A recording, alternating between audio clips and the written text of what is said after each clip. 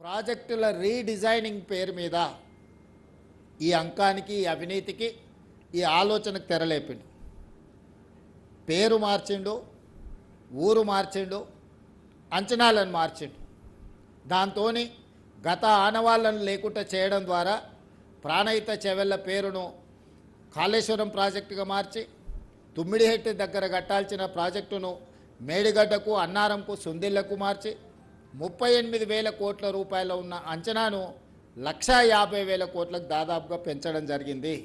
తద్వారా రాజకీయ ప్రయోజనం, ఆర్థిక ప్రయోజనం, తనకు తాను ప్రచారం కల్పించుకోవడానికి అవసరమైన అన్ని రకాల తప్పిదాలు చేయడం. దాంతో 2016లో మొదలుపెట్టిన మేడిగడ్డ ప్రాజెక్టు 2019లో పూర్తి చేసినామని ప్రారంభించడం జరిగింది.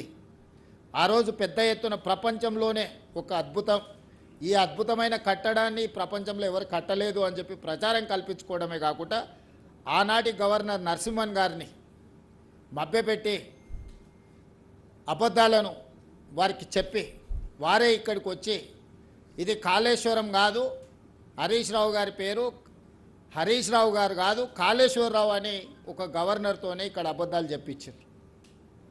ఆనాడు జరిగిన పనులను అన్నిటిని చూసి ఇది అద్భుతమైన కట్టడం అనే ఒక భ్రమలు కల్పించే ప్రయత్నం చేసి 2018-19 ఎన్నికల సందర్భంగా రాజకీయ ప్రయోజనం పొందిండ్రు.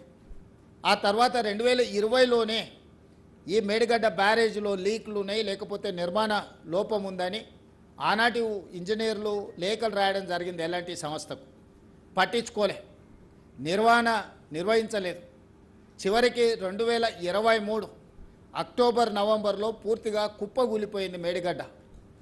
ఆ తెల్లారే వెళ్ళి ఇక్కడ ఇంజనీర్ పోలీస్ స్టేషన్లో కంప్లైంట్ కూడా చేయడం జరిగింది. అన్ని దాచిపెట్టి 2023 ఎన్నికల్లో ప్రయోజనం పొందాలనుకున్నప్పుడు ప్రకృతి కేసీఆర్ యొక్క అవినీతిని, అహంకారాన్ని, దుర్మార్గమైన ఆలోచనను ప్రకృతే గుర్తించి పూర్తిగా ఇక్కడ ప్రాజెక్టు దెబ్బతిని దాచిపెట్టిన, మూసిపెట్టిన దాగని నిజాన్ని ప్రకృతే బయటికి తీసుకొచ్చింది. ఆ రోజు నాతో పాటు శ్రీధర్ బాబు గారు, ఇతర మిత్రులు, రాహుల్ గాంధీ గారు ఇక్కడికి పర్యటనకు వచ్చి ఇక్కడ జరిగిన అంశాలను ప్రపంచానికి చెప్పడం జరిగింది. ఆ ప్రభుత్వం అధికారంలో ఉన్నప్పుడే ప్రాజెక్టులో సమస్యలు రాగానే ఎన్డీఎస్ఏ పర్యటించి 2023 నవంబర్ 1 తారీఖు నాడు ప్రాథమిక నివేదిక ఇచ్చింది.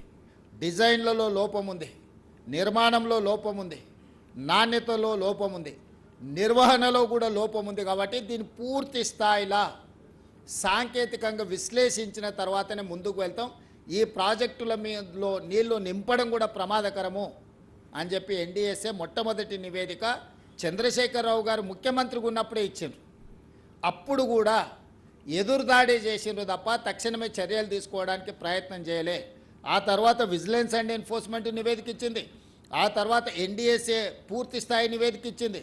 ఆ తర్వాత కాంగ్రెస్ పార్టీ అధికారంలోకి వచ్చిన తర్వాత విచారణకు జ్యుడిషియల్ కమిషన్ ఇస్తే పీసీ ఘోష్ గారు 645 పేజీల రిపోర్ట్ సవివరంగా ప్రభుత్వం వైపు నుంచి పొలిటికల్ ఎగ్జిక్యూటివ్ చేసిన తప్పులు, ఎగ్జిక్యూటివ్ ఆఫీసర్స్ చేసిన తప్పులు, నిర్మాణ సంస్థ చేసిన తప్పులు, ఇందులో అంచనాలను పెంచి ఏ విధంగా దోసుకున్నారు సంపూర్ణంగా నివేదిక ఇచ్చారు. చంద్రశేఖరరావు గారిని, హరీష్ రావు గారు 119 మంది నాకు తెలిసే అధికారులను, వివిధ ప్రతినిధులందరినీ కూడా ఇందులో ఎవరెవరైతే ఉన్నారో వాళ్ళందరినీ కూడా విచారణ చేసి వాళ్ళకి సరైన విధంగా వివరణ ఇచ్చుకోవడానికి కూడా పూర్తిగా అవకాశం కల్పించి విచారణ చేసి నివేదిక ఇచ్చిండ్రు. ఆ నివేదిక మీద అసెంబ్లీలో చర్చ చేసి మేము కేంద్ర ప్రభుత్వానికి దీంట్లో multi agencies, multi states issues ఉన్నాయి, ఫైనాన్షియల్ ఇన్స్టిట్యూషన్స్ ఇన్వాల్వ్మెంట్ ఉన్నది, ఒక రాష్ట్ర ప్రభుత్వం పరిధిలో ఉండే విచారణ సంస్థలు విచారణ చేస్తే సంపూర్ణమైన విచారణ జరగదు అని చెప్పి శాసనసభలో సుదీర్ఘమైన చర్చ చేసి ప్రతిపక్షాలందరికీ అవకాశం ఇచ్చి అందరితో చర్చించిన తర్వాతనే రాష్ట్ర ప్రభుత్వం సిబిఐ విచారణకు సంపూర్ణంగా విచారణ చేయండి, ఇందులో బాధ్యులందరినీ శిక్షించండి.